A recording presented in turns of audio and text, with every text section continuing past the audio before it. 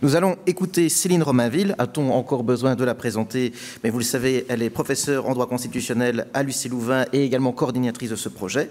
Et sa présentation porte sur les interactions entre la confiance politique et les enjeux du long terme. Et je ne vais pas aller plus loin pour laisser tout de suite la parole. Merci Xavier. Alors, responsabilité politique et enjeux du long terme dans un colloque sur la confiance. Donc, je vais structurer l'intervention en 3 points. Premièrement, je verrai avec vous les liens entre confiance, responsabilité et long terme pour fixer le cadre et identifier quel est le problème.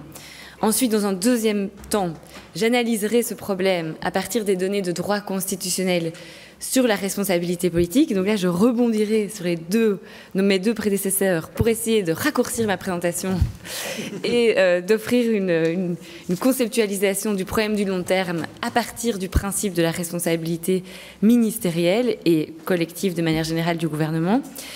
Et enfin, dans un troisième temps, j'analyserai avec vous, à partir du cadre constitutionnel, quelques-unes des propositions qui ont été émises pour corriger la myopie de la responsabilité ministérielle et de la responsabilité politique de manière générale et pour intégrer de manière plus complète le long terme en démocratie.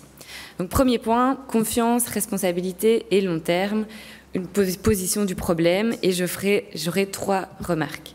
Alors, premièrement, le long terme est une source de méfiance vis-à-vis du politique aujourd'hui.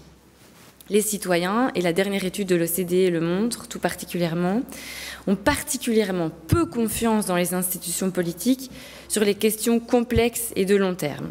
Alors on a dit que la confiance était globalement faible, mais sur les questions de long terme et les questions complexes et multiniveaux, la confiance est vraiment très faible.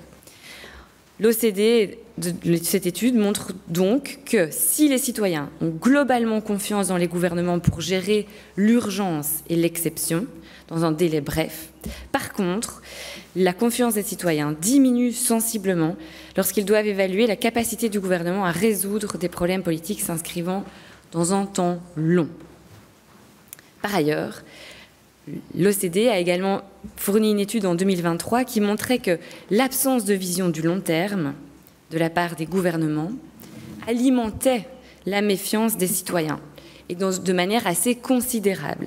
Ainsi, l'OCDE et tous les chercheurs qui ont participé à ces études identifiaient comme l'un des déterminants majeurs de la confiance ou de la méfiance, c'est selon, la capacité du gouvernement à s'engager sur les questions intergénérationnelles. Alors, cette conclusion à laquelle l'OCDE est arrivée, mais également toute une série d'études empiriques, qui instituent donc la perception de l'engagement du gouvernement et sa capacité d'action sur les défis intergénérationnels et du long terme, comme un des déterminants de la confiance, n'est en fait pas vraiment étonnante par rapport à tout ce qu'on a vu ces 2 derniers jours, et normalement vous devriez tous savoir un peu pourquoi c'est pas étonnant. Premièrement, c'est pas étonnant parce que d'une part, la confiance, et on l'a rappelé, est résolument tournée vers l'avenir. Elle est une disposition qui permet de faire une hypothèse sur une conduite future. Donc elle implique un saut dans l'incertitude, un saut de foi, a leap of faith. Alors certes basée sur le passé, sur une connaissance pratique basée sur l'expérience et donc sur le passé, mais elle entretient forcément un rapport très étroit avec le futur. Donc il y a le fait que la projection dans le futur soit un déterminant de la confiance est un peu en fait inhérent au concept même de confiance. D'autre part, le fait que les questions du long terme, et ici je dis questions intergénérationnelles comme intégrant les questions du long terme, même si elles se posent aussi pour les générations présentes, soient déterminantes pour la confiance, s'explique sans doute aussi par le fait que ces questions sont particulièrement préoccupantes déjà aujourd'hui pour les générations existantes, à l'heure où se multiplient les menaces d'humanité, pour reprendre la formule de Pierre Rosanvallon, dont nous avons tous de plus en plus conscience, ou plus ou moins. Donc ça, c'était ma première remarque dans mon premier point. Deuxième remarque, la confiance apparaît nécessaire pour affronter les enjeux du long terme. Alors, on a vu que la confiance peut être une fausse amie en démocratie, que toutes les confiances ne sont pas bonnes à prendre en démocratie, mais précisément sur les enjeux du long terme, un niveau faible de confiance peut s'avérer être un problème démocratique majeur. Car pour faire face aux transitions qui vont s'imposer, la confiance apparaît comme étant incontournable. En tout cas, un certain niveau de confiance, un certain soutien au moins diffus dans les décisions qui seront posées.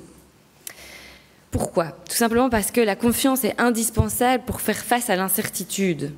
Or, l'incertitude est justement ce qui caractérise les fameuses menaces d'humanité dont je vous ai parlé.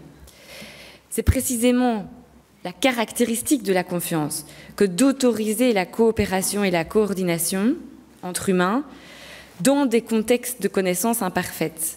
Or, c'est particulièrement le cas, notamment sur le changement climatique. Donc la confiance est indispensable, précisément parce qu'on est dans une période d'incertitude à cet égard. Deuxièmement, une forme de confiance interpersonnelle et institutionnelle est nécessaire pour que chacune et chacun accepte, on a parlé de tout à l'heure avec Jean-Benoît, accepte et admette des sacrifices et des coûts qui sont impliqués par certaines transitions et qui seront très coûteuses.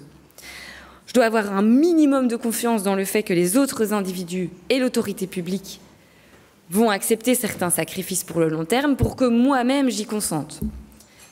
La confiance en outre est nécessaire pour faire face aux coûts et aux investissements que les transitions, qui seront organisées ou subies, vont impliquer.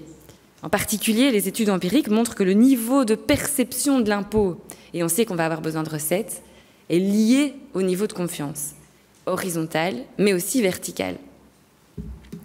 Sur un tout autre plan, la dette est un mécanisme qui repose entièrement sur la confiance, le plus souvent des marchés, mais aussi dans certains cas du citoyen.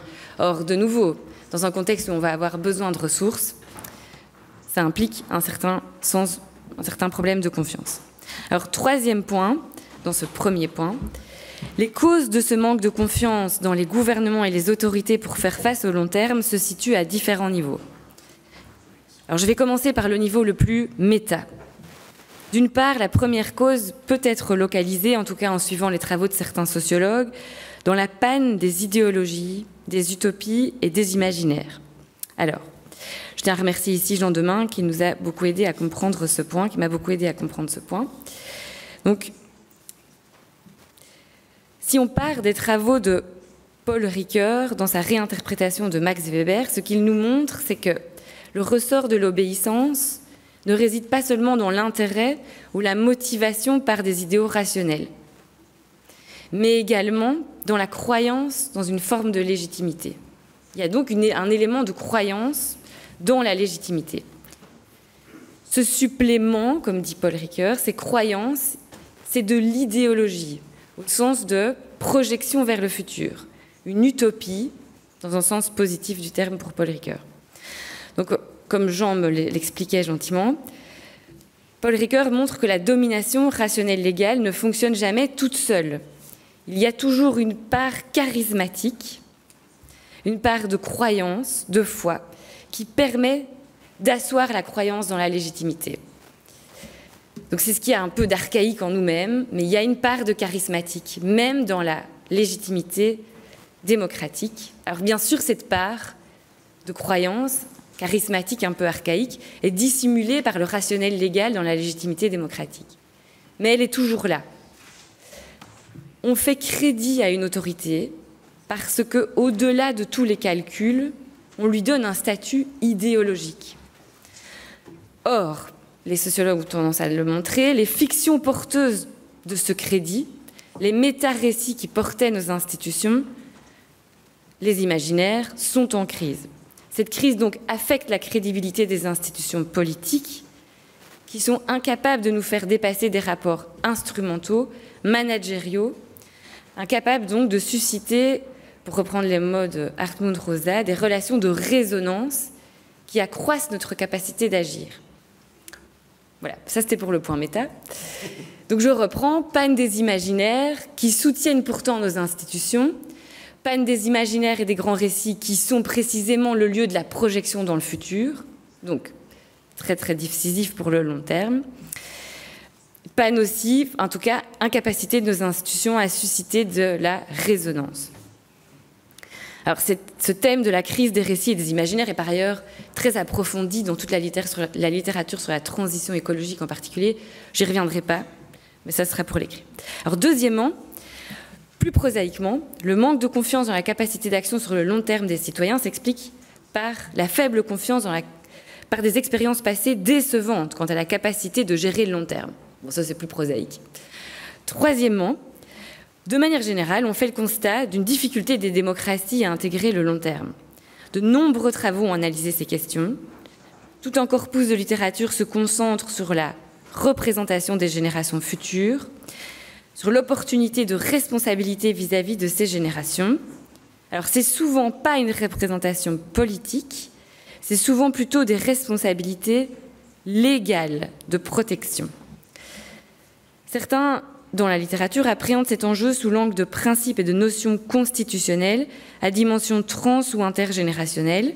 Ils repartent du principe de continuité de l'État, de nation, de constitution, qui sont précisément des concepts et des principes à dimension trans ou intergénérationnelle. D'autres encore, dans la littérature, partent du principe d'égalité politique, au cœur du constitutionnalisme, qui paraît effectivement requérir la représentation des peuples à venir, mais tout à la fois paraît aussi empêcher la création de violations de ce principe pour les peuples existants. D'autres, enfin, cherchent à concilier l'idée de souveraineté et de justice intergénérationnelle. Mathias Elberoumi a écrit un bel article sur le sujet. On retrouve notamment une définition intergénérationnelle de la souveraineté chez Axel Gossery.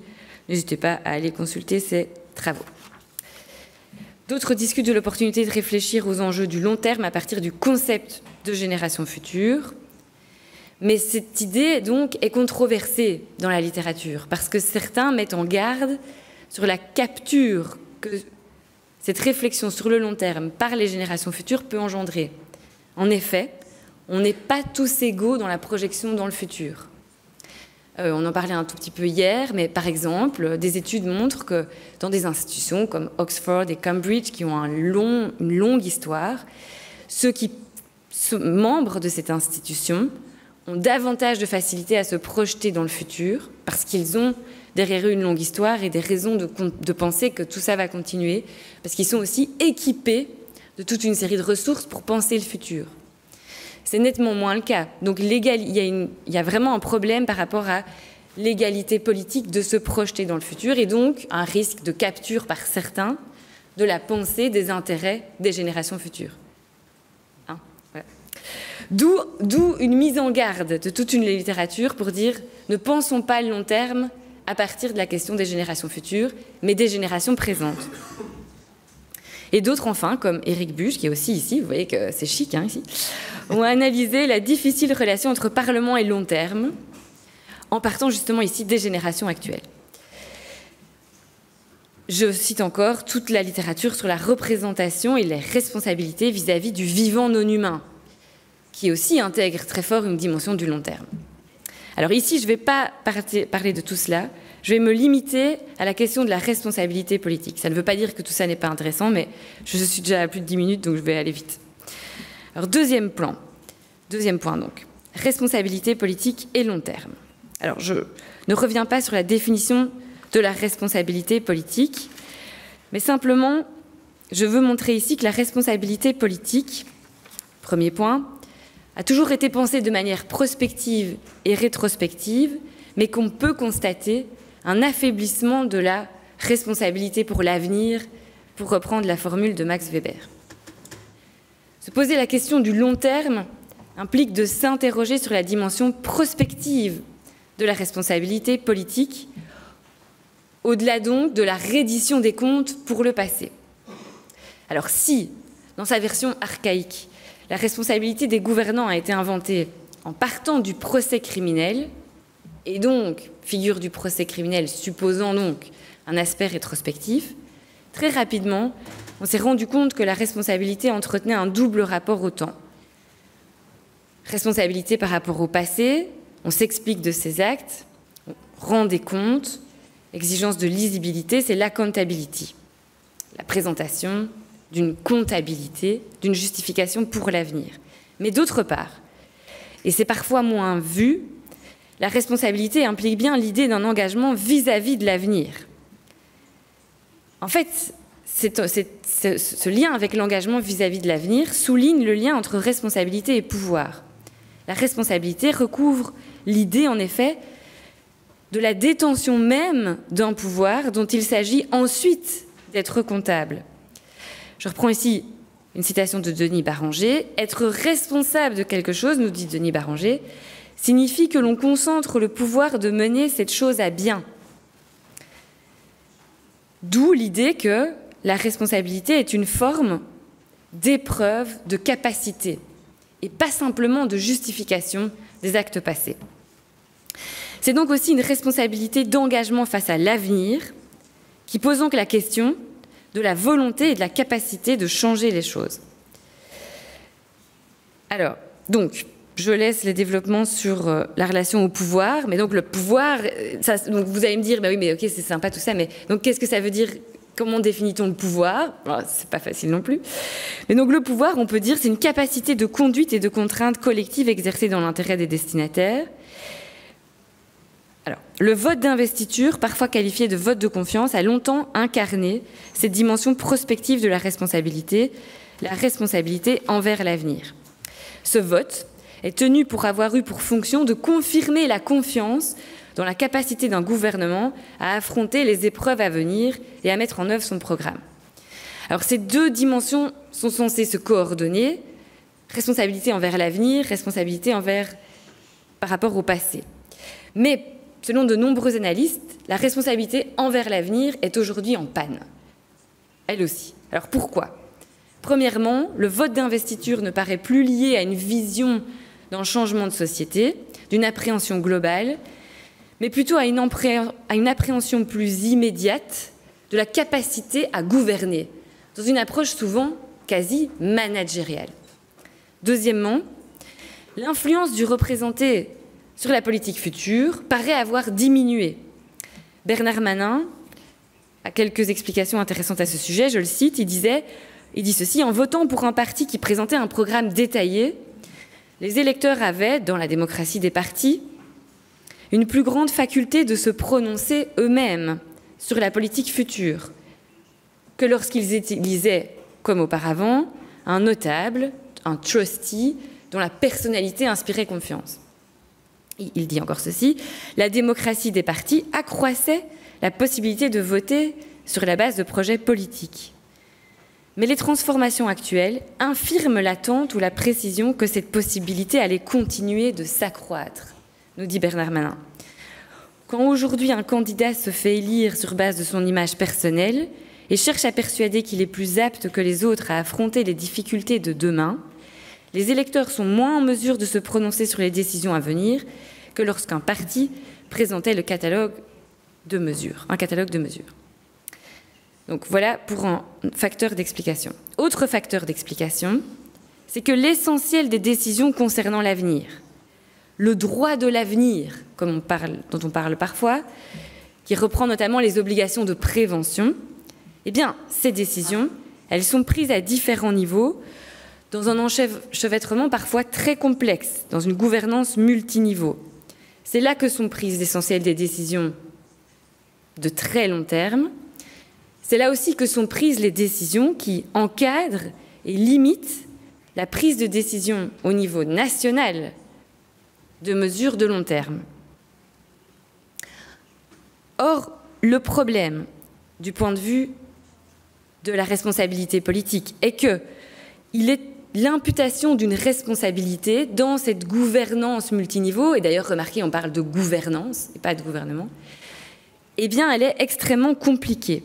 Alors, je ne reviendrai pas sur tous les développements, mais retenons simplement qu'il est compliqué d'imputer une décision dans l'enchevêtrement de la gouvernance multiniveau, particulièrement quand on est un État membre de l'Union européenne, étant donné la prise de décision complexe. Je ne reviens pas là-dessus, je renvoie aux excellents travaux de Cécilia et Hugues sur le sujet.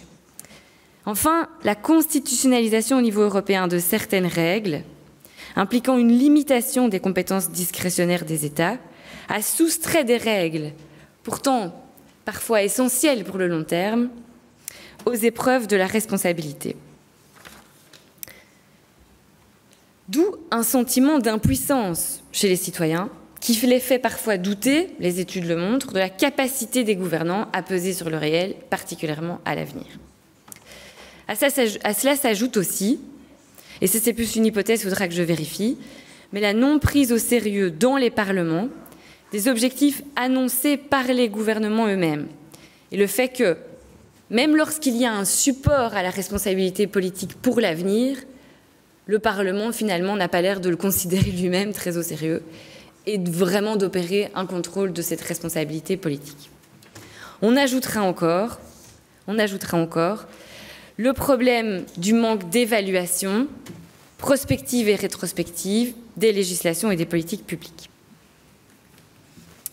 Voilà donc pour différents facteurs explicatifs qui s'ajoutent au constat global d'une préférence de nos démocraties représentatives pour le court terme, favorisée par le cycle électoral, des règles en matière budgétaire, etc. etc. Mais ça, c'est bien connu, je n'y reviens pas, sinon vous pouvez lire l'article d'Éric Buge. Alors, autre facteur explicatif de l'affaiblissement, ou en tout cas de la faible responsabilité politique pour le futur, et j'en terminerai par là pour mon deuxième point, c'est l'inexistence d'une responsabilité politique envers les générations futures. Il y a une grande difficulté à appréhender la responsabilité politique dans une perspective intergénérationnelle. En effet, il n'y a tout simplement pas de mécanisme qui organise la reddition des comptes des gouvernants pour les décisions qu'ils prennent aujourd'hui et qui affectent des générations qui n'existent pas aujourd'hui. Parce que s'il est possible de postuler, de faire la fiction de l'institution d'un peuple à venir, il est par contre impossible d'autoriser ou d'exercer un contrôle de représenter qui n'existe pas. Bon, je réfère aux travaux de Samantha Besson sur ce point. Alors, troisième point, une analyse des propositions qui visent à renforcer la responsabilité envers l'avenir. Alors, je précise que je vais ici exclure d'emblée les propositions qui prennent le risque des extrêmes, qui jouent à fond donc la carte de la volonté projective, placée souvent dans la volonté d'un seul homme, ou d'une seule femme, mais c'est plus rare, ou le registre de l'exceptionnel, ou de celui de l'état d'urgence, qui très certainement renforce la responsabilité pour l'avenir, mais comporte d'évidents dangers, vu qu'il se situe dans une approche néo-schmittienne, plus ou moins. Je prendrai donc ici d'autres propositions. Premièrement, et je n'y reviendrai pas ici, c'est l'idée d'approfondir de manière générale la responsabilité politique à travers un réapprofondissement de la relation entre représentés et représentants. Mais je vais revenir ici par contre sur quelques institutions qui ont été proposées pour approfondir les phases d'information, de jugement et en cas de jugement négatif, de sanctions, en les orientant vers le long terme. Alors, citons ici quelques propositions. Alors souvent, ce sont des propositions développées par la littérature à partir d'expériences pratiques. On a pu voir, par exemple, la proposition d'un Democratic Trusteeship, Intergenerational Trusteeship. Donc, on aurait des trustees dans lesquels on remettrait une grande confiance à assurer, à garantir la représentation des intérêts des générations futures en raison de leur expertise. Et ce trusteeship serait amené à donner au Parlement des avis sur les intérêts des générations futures. On a pu aussi proposer un ombudsman pour les générations futures qui aurait pour fonction d'enquêter sur les problèmes actuels, de faire des rapports, d'informer le Parlement. Autre proposition, obliger le gouvernement à faire des rapports sur le futur ou faire des posterity impact statements, c'est-à-dire obliger le gouvernement à intégrer le long terme, soit dans ses déclarations de politique générale, soit dans les différents actes qu'il pose, décisions ou projets législatifs, que ces projets donc intègrent d'office une évaluation des effets pour le long terme. Autre proposition, un comité pour le futur au sein des parlements. Alors, ces comités pour le futur, on en a institutionnalisé plusieurs, notamment en Finlande. Il y a eu plusieurs expériences qui ne sont pas toutes très concluantes.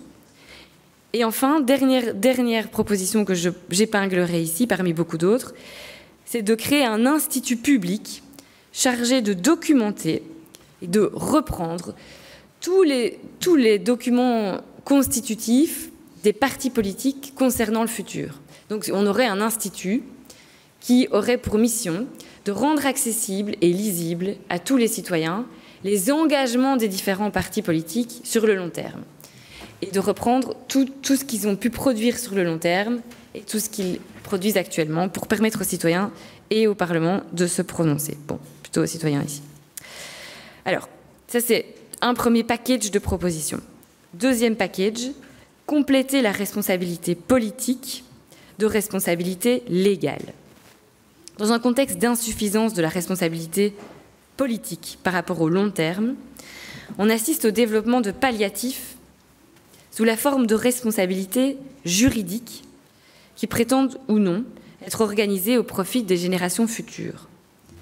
Alors, un travail pertinent pour nous, juristes publicistes, serait justement de travailler sur ces différents leviers qui essayent de contrebalancer l'absence de responsabilité politique ou la défaillance. Un point d'attention dans ce travail devra quand même être porté sur la différence fondamentale entre ces formes de responsabilité légale, juridique, qu'elles soient instituées par le traité, la loi ou la juridiction, la Cour européenne des droits de l'homme, et la responsabilité politique proprement dite, qui est quand même tout autre chose, parce qu'elle est ce mécanisme d'autorisation, de contrôle, de reddition des comptes, qui passe par la participation et la délibération. Ce que n'est pas du tout les responsabilités légales, notamment les obligations positives de protection. Et il restera aussi à voir, pour nous juristes publicistes, comment ces responsabilités s'articulent les unes aux autres.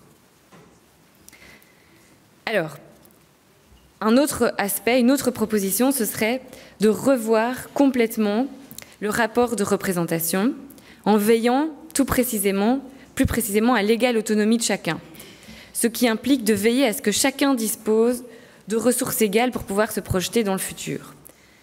Alors là, c'est en fait revaloriser la fonction informative des parlements en invitant les parlements, dans leur contrôle du gouvernement, à documenter l'action actuelle et son implication pour le futur, de telle sorte à la rendre lisible pour tous les citoyens, pour justement égaliser cette capacité de projection dans le futur qui est intimement liée à l'idéal d'égalité politique.